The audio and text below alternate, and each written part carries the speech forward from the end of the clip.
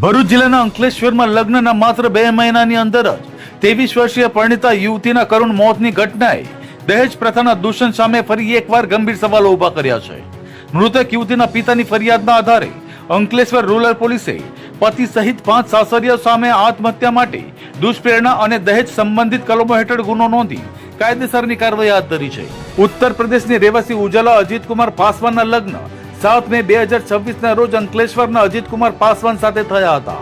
ફરિયાદમાં આક્ષેપ કરવામાં આવ્યો છે કે લગ્ન પહેલા જ દહેજની માંગણી કરવામાં આવતી હતી અને લગ્ન બાદ યુવતીને સતત માનસિક તેમજ શારીરિક રીતે હેરાન કરવા સાથે તેના પતિ સાથે રૂમમાં રહેવા દેવામાં આવતી ન હતી.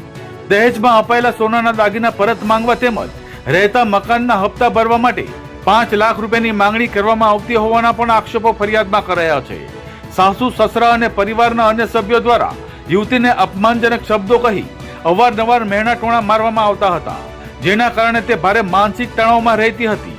પરિવારજનોનો આક્ષેપ છે કે આ સતત ત્રાસથી કંટાળીને ઉજાલાએ 11 જુલાઈના રોજ પોતાના નિવાસસ્થાને ગળે ફાંસો ખાઈ જીવન ટૂંકાવ્યું હતું. મૃતકના પિતા વેદપ્રકાશ પાસવાનની ફરિયાદના આધારે અંકલેશ્વર રૂરલ પોલીસે ભારતીય ન્યાય સંહિતાની સંબંધિત કલમો તેમજ દહેજ પ્રતિબંધિત અધિનિયમ હેઠળ પતિ, સાસુ, સસરા, જેઠ અને જેઠાણી સહિત કુલ 5 આરોપીઓ સામે ગુનો નોંધી વધુ તપાસ હાથ ધરી છે.